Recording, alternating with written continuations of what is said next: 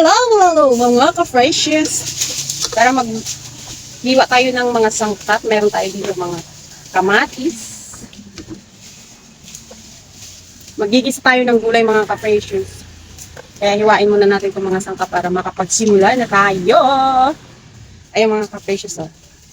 Madaming kamatis kasi magigisa tayo ng gulay. This is your gulay. Hiwain mo. Balatan muna natin itong sibuyas. Kasi nga malapit na maluto yung ating sinaing. Para maisunog na agad natin ito. Para hindi sayang yung apoy. Tabi tayo dito. Sabi dito.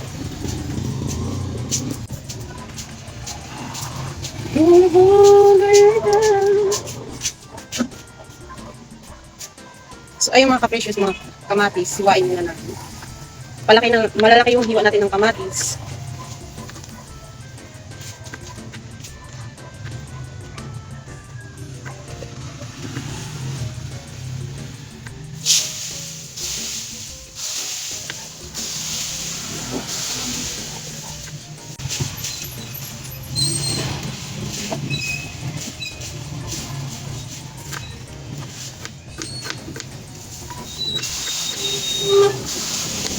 Bali dalawang sibuyas ang ginamit ko mga ka-precious.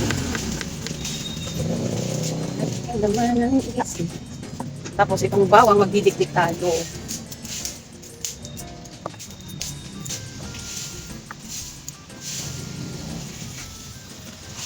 Let's go i-create lagi. Yung mga ka-precious, tapos na tayo maghiwa ng ating sibuyas, bawang at saka kamatis. Pwede na tayong mag-start sa ating pag-igisa ng ating gulay. Yung ganitong gulay mga ka-precious, yung tawag nito sa amin is tawag dito, sari-sari. Yung tawag sa amin sari-sari. Pero dito, ang ingay ng background. Pero dito yung yung tawag is pakbit. Pang-pakbit. Di ba? Lagi kang naman ang isip. Tapos kanina naghanap kasi ako ng hipon na maliliit para sa napangsahog sa ating gulay. Masarap kasi yun. Wala akong nakita, puro malalaki. Kaya bumili na lang ako ng hipon na toyo. Ayun. Yung hipon. Ito na lang isa sa food ko. Masarap itong mga ka-precious. Malinam-nam to sa gulay. So yung mga ka-precious, mag-start na tayo. At para matapos agad tayo. Mabilis lang naman lutuin ito dahil gigisahin lang naman yung gulay. Yung pinakbit na gulay. Ayan siya mga ka-precious. Ayan siya. Paggulay muna tayo ngayon. Tapos ngayon, ito mga ka-precious, masarap tong yung ganito. Wala akong nakitang fresh na hipon na maliliit. Masarap din yung pangsahog. Sari-sari. Sari-sari tawag sa Bisaya. Sari-sari. So yung mga ka-precious, pinapainit natin. Nandito pa rin tayo nagluluto sa labas. Ayan o. Pinapainit ko yung kawali para makapagsimula na tayo. Katatapos lang natin maghiwa ng ating mga sangkap, bawang, sibuyas at madaming kamatis. Yeah. Let's go. Si Toby nakaabang. Ayan o, Toby. Oh. Sana huwag nang matapos ang gabi. So tara na mga ka-precious, mag-start na tayo dahil umiinit na yung kawali. Kasing init ng ulo natin. Umuusok-usok na siya.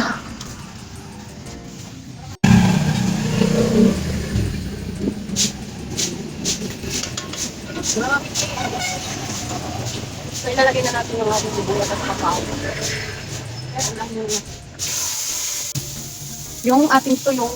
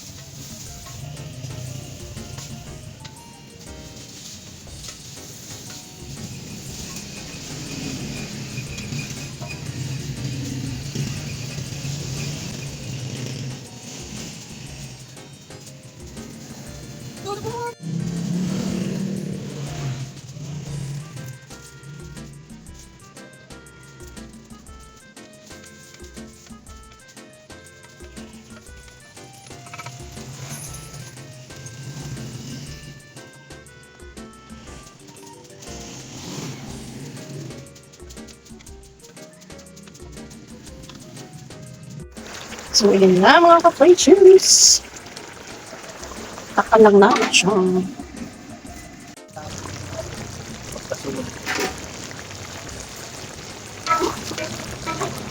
Luto na to pa.